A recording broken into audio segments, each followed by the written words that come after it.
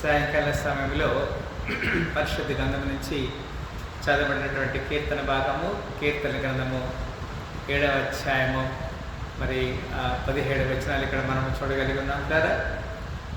ఈ 17 వచనాల్లో కూడా మనం దేవుని శరణు చొచ్చి ఉండాలి, లేకపోతే దేవుని సహాయం కొరకు మనం రావాలి అనేది ఇక్కడ లేఖన భాగములో దేవుని ఉద్దేశంలో దేవుడు మనకు తెలియజేస్తున్న సత్యము పిల్లరా. ఈ కీర్తన గ్రంథము 7వ అధ్యాయము మొదటి వచనంలో మనం చూసినట్లయితే, యెహోవా నా దేవా, నేను నీ శరణు చొచ్చి ఉన్నాను, నన్ను తరుము వారి చేతుల నుండి నన్ను తప్పించుము, నన్ను తప్పించువాడు ఎవడు లేకపోగా అంటాడు. ఇది వాస్తవానికి దావీదుకి శత్రువులు ఎప్పుడైతే అతన్ని తరుముతున్నారో, నాకు శత్రువు చేతుల నుంచి భయం ఉన్నది, నన్ను తప్పించు అని దేవుని దగ్గర మరి దావీదు అడుగుతున్న సందర్భంలో ఈ పాట లేకపోతే ఈ కీర్తన మనం చూడగలుగుతున్నాం. వారు సింహం వలె ముక్కలుగా చీల్చివేయకుండా నన్ను తప్పించమంటాడు. కొన్నిసార్లు శత్రువు మనల్ని తరుముతూ ఉంటుంది. ఎందుకు తరుముతుందంటే, మనం దైవికమైన క్రమంలో మనం వెళ్తున్నప్పుడు, దైవ గుణంలో మనం వెళ్తున్నప్పుడు, దైవ మార్గంలో వెళ్తున్నప్పుడు శత్రువు మన మీద కక్ష కడతాది, మనల్ని ఒక స్థిరత్వంలో ఉండకుండా చేస్తుంది పిల్లరా. కనుక వారు సింహం వలె ముక్కలుగా చీల్చివేయకున్నట్లు నన్ను తప్పించమంటున్నాడు. యెహోవా నా దేవా, నేను ఈ కార్యము చేసిన ఎడల, ఏమిటి, మనం ఎవరికి హాని చేయకూడదు, నేను ఈ కార్యం చేసిన ఎడల, ఏ కార్యం చేసిన ఎడల, నా చేత పాపము జరిగిన ఎడల, నాతో సమాధానం ఉండడానికి నేను కీడు చేసిన ఎడల. ఇక్కడ 2 విషయాలు ఇక్కడ వాక్యం ద్వారా మనం హెచ్చరిక చేస్తున్న 4వ వచనంలో. మొట్టమొదటిగా మనము పాపము చేయకూడదు. రెండవదిగా మనతో ఎవరైతే సమాధానంగా ఉంటారో వారికి మనం కీడు చేయకూడదు. కీడు అంటే వారికి ఎలాంటి హాని ఆటంకము చేయకూడదని లేఖనం తెలియజేస్తుంది. అప్పుడు ఏం జరుగుతుందో మనకి, శత్రువు నన్ను తరిమి పట్టుకొననిమ్ము, నా ప్రాణమును నేలకు అణగదొక్కనిమ్ము, నా అత్యాస్పదము మంటిపాలు చేయనిమ్ము, నిర్నిమిత్తముగా నన్ను బాధించిన వారిని నేను సంరక్షించుదును కదా అంటాడు. ఇది కూడా ఇక్కడ దేవునికి లేఖనం మనకు చాలా చక్కగా అర్థమవుతుంది పిల్లారా. ఇక్కడ ఏం చెప్పారంటే, నిర్నిమిత్తముగా మనల్ని బాధించిన వారిని సంరక్షించకూడదు. ఫర్ ఎగ్జాంపుల్, ఎవరైతే మనకి హాని చేస్తారో హాని చేసిన వారిని కూడా విడిచిపెట్టకూడదు. బట్ అదే సమయంలో శత్రువు మనకి ఎవరికైతే, ఇంకొక మాట అంతకుముందు ఏం చేస్తాం, మనం అపవిత్రత చేస్తే, పాపం చేస్తే, దేవునికి వ్యతిరేకమైన క్రియ చేస్తే కూడా ఇక్కడ శత్రువు నన్ను తరుము పట్టుకోవాలి, నా ప్రాణమును నేలకు అణగదొక్కనిమ్ము, నా అతిశయాస్పదము మంటిపాలు చేయనిమ్ము, ఎందుకంటే నిర్నిమిత్తముగా నేను బాధించిన వారిని నేను సంరక్షించదు. కొన్నిసార్లు మనకి హాని చేసిన వారిని కూడా విడిచిపెట్టకూడదు. ఒక సందర్భంలో మనం చూసినట్లయితే, సౌలు మరి దావీదుని తరుముతున్నప్పుడు ఒక సందర్భంలో దావీదుకి సౌలు దొరుకుతాడు, కానీ అతను విడిచిపెట్టాడు. ఆ మాటను కూడా ఇక్కడ మనం చూస్తున్నాం. నిర్నిమిత్తముగా నన్ను బాధించిన వారిని నేను సంరక్షించింది కదా అంటున్నాడు. అవును ప్లేరా, కొన్నిసార్లు మనకు హాని చేసిన వారిని, ఇప్పుడు అది పాత నిబంధన కాలంలో మనం చూసినప్పుడు కంటికి కన్ను పంటికి పన్నని చెప్పబడినది మోషే ధర్మశాస్త్ర ప్రకారముగా. అయితే యేసుక్రీస్తు ధర్మశాస్త్ర ప్రకారముగా మన శత్రువుని క్షమించాలి, ప్రేమించాలి. నీ శత్రువు ఆకలిగా ఉంటే నీ శత్రువుకి ఆహారం పెట్టాలి అనేది నూతన నిబంధనలో దేవుడు మనకు చెప్పిన మాట పిల్లారా.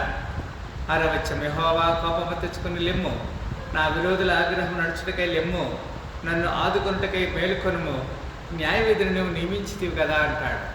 దేవుడు ఒక చట్టాన్ని మన కొరకు నియమించాడు. దేవుడు ఒక చట్టాన్ని మన కొరకు నియమించిన తర్వాత, we should not disobey the commandments of the Lord. దేవుని చట్టాన్ని లేదా దేవునికి ఆజ్ఞని మనము డిసోబే చేయకూడదు, అవిధేయత చెప్పించకూడదు. ఇది దేవుడు మనతో మాట్లాడుతున్నటువంటి మాట, మనకిస్తున్నటువంటి ఆజ్ఞ. జనముల సమాజంగా కూడి నిన్ను చుట్టుకున్నప్పుడు వారిని పైగా పరమందలము ఆసనడవు కమ్ము. యెహోవా జనములకు తీర్పు తీర్చేవాడవు. యెహోవా నా నీతిని బట్టి, నా యథార్థతను బట్టి నా విషయంలో నాకు న్యాయం తీర్చము. ఇక్కడ personal integrity, there is a personal integrity God want to rescue us. దేవుడు మనల్ని తప్పించడానికి మన వ్యక్తిగత ఆ యథార్థత మనకు కావాలి కదా. అక్కడ 2 మాటలు చెప్తున్నాడు. యెహోవా జనులకు తీర్పు తీర్చువాడు అని యెహోవా నా నీతిని బట్టి, నా యథార్థతను బట్టి, నా విషయంలో నాకు న్యాయం తీర్చమంటాడు. ఎస్, కొన్నిసార్లు మన యథార్థత మనల్ని కాపాడుతుంది, రక్షిస్తుంది. Our integrity will be rescue out of the danger.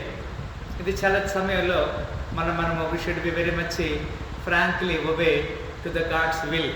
దేవుని చిత్తానికి మనం లోబడాలి. హృదయంలో అంతరింద్రియములను పరిశీలించే రీతి గల దేవా. 10వ వచనంలో దుష్టుని చెడుతనము మార్పము, నీతిగల వారిని స్థిరపరచము, యథార్థ హృదయాలను రక్షించే దేవుడే నా కేడము మోయవాడనై ఉన్నాడు. న్యాయమును బట్టి ఆయన తీర్పు తీర్చును, ఆయన ప్రతిదినము కోపపడు దేవుడు. లేదా కొన్నిసార్లు వ్యతిరేకత ఎక్కడైతే ఉంటుందో, where there is a enmity or against which is God, దేవునికి వ్యతిరేకత మళ్ళీ అయితే శత్రుభావం ఎక్కడైతే ఉంటుందో అక్కడ దేవుడు కోపపడతాడు. God will definitely angry those people are against God, or wicked against God, judgement against God. దేవునికి వ్యతిరేకంగా తీర్పు తీర్చేవారిని, దేవునికి వ్యతిరేకంగా దుష్టుల్ని, మరి కోపపడేటువంటి వారి విషయమై అక్కడ దేవుడు తీర్పు తీరుస్తాడని చెప్తున్నాడు. ఎస్, కొంతమంది ఆ దేవుడు నాకేం మేలు చేశాడు, దేవుని నిమిత్తం మాకేం మేలు కలిగింది అని కొన్నిసార్లు మనము వ్యక్తిగతంగా దేవుని దూషిస్తూ ఉంటాం. సో అలాంటి వారిని ఉద్దేశించి దేవుడికి చెప్తున్నాడు, న్యాయం బట్టి ఆయన తీర్పు తీర్చను, ఆయన ప్రతిదినము కోపపడు దేవుడు. ఒకడును మళ్ళని ఎడల ఆయన తన ఖడ్గమును పదునుపెట్టి తన విల్లు ఎక్కుపెట్టి దానిని సిద్ధపరిచి ఉన్నాడు. కొన్నిసార్లు మనము దేవుని వైపు తిరగాలి. when we must turn towards God, God will definitely be with us. ఆయన మనతో ఉంటాడు, మనల్ని నడుపుతాడు కదా. అక్కడ ఒక మాట చెప్తాడు, కదును ఆయన ఖడ్గము పదును పెడతాడు, విల్లు ఎక్కువ పెడతాడు, దాన్ని సిద్ధపరిచి ఉన్నాడని చెప్తున్నాడు. అంటే కొన్నిసార్లు మనం అనుకుంటాం దేవుడు ఏం చేస్తాడులే, దేవుడు ఏం చేయడు అనుకుంటారంట కొంతమంది కదా. ఒక మాట మనం చూసినప్పుడు ఆ పాత నిబంధన గ్రంథంలో మరి యెహోవా ఒకరితో ఒకరు మాట్లాడుకున్నప్పుడు యెహోవా చెవికి ఆలకించిన నీ లేఖనాన్ని మనం చూడగలుగుతున్నాం. కనుక మరి దేవుడు మన ప్రతి ఆలోచనని ఆయన స్థిరపరుస్తాడు, మాట్లాడుతూ ఉంటాడు, మన పక్షంగా న్యాయం తీరుస్తూ ఉంటాడు. పాపమును కరుటకు వాడు ప్రసవేదన పడుచున్నాడు, చెడుని గర్భము ధరించిన వాడే అబద్ధము కని ఉన్నాడు అంటాడు. There are 2 kinds of sin against God. దేవునికి వ్యతిరేకమైనటువంటి 2 పాపములు ఉన్నాయి. ఒకటి పాపము కంటే వాడు ప్రసన్న వేదన పడుచున్నాడు, చెట్టుని గర్భం ధరించిన వాడే అబద్ధమును కని ఉన్నాడు. పిల్లరా, మరి పాపము అబద్ధము అంటే పాపం అంటే ఏంటంటే మరి దేవుడు చెప్పింది మనం చేయాలి. దేవునికి వ్యతిరేకమైన క్రియ పాపం అవుతుంది కదా. అంత మాత్రం కాదు, అబద్ధం అంటే మరి ఏదైతే మనం చేయాలో చేయకుండా కూడా చేస్తే అదేమవుతుంది, అబద్ధం అవుతుంది. మరి 15 వాడు గుంట త్రవ్వి దాన్ని లోతు చేసి ఉన్నాడు, తాను త్రవ్విన గుంటలో తానే పడిపోయాను. చూసావా, ఎప్పుడైతే మనము అబద్ధం ఆడతామో లేకపోతే దేవునికి వ్యతిరేకంగా మాట్లాడుతూ ఉంటామో మనం తవ్వినటువంటి గుంటలో మనమే పడిపోతామని చెప్తున్నాడు. వాడు తలంచిన చేటు వారి నెత్తి మీదకి వచ్చును, వాడు యోచించిన బలాత్కారం వారి నడినెత్తి మీదకి పడును. అది మాత్రం కాదు, యెహోవా న్యాయం విధించేవాడని నేను ఆయనకు కృతజ్ఞతాస్తుతులు చెల్లించదను, సర్వోన్నతుడైన యెహోవా నామమున కీర్తించదను.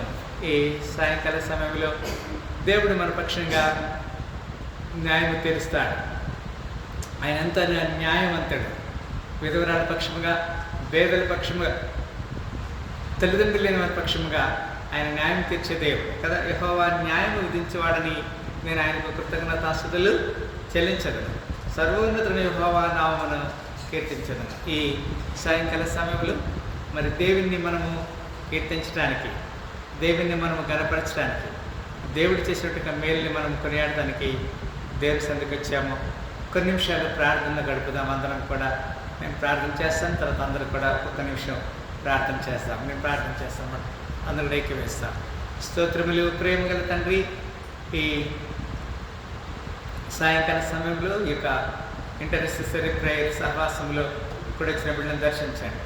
ప్రభా మరి చక్కని పాటల ద్వారా మీ నామకు మహిమ తీసుకురాగలిగిన, కీర్తన భాగం ద్వారా మీ నామకు మహిమ తీసుకురాగలిగిన అయ్యా మరి కీర్తన 7వ అధ్యాయం ద్వారా మరి దాదాపుగా ప్రభా మా ముందున్నటువంటి 17 వచ్చిన అయ్యా మీరు మాతో మీ హెచ్చరికలు చేశారు. మేము యథార్థంగా నీ సన్నిధిలో ఏ విధంగా ఉండాలో అటు విషయాన్ని మీరు మాకు బోధించారు. అలాంటి మీకు నిశ్చితమైనటువంటి కృపకి మేము పాత్రను సహాయించమని ఈ సాయంకాల సమయంలో ఈ ఇంటర్సెసర్ ప్రియుల మీరులను సహాయించమని యేసుక్రీస్తు పరిశుద్ధ నామమున ప్రార్థన పెట్టుకుంటున్నాము తండ్రి, ఆమె. మరొకసారి ఈ సాయంకాల సమయంలో ఇక ఇంటర్సెసర్ ప్రియుల పాలన ప్రతి బిడ్డని దేవుడు ఉండాలిగా దీవించి ఆశీర్వదించును గాక. ఆమె.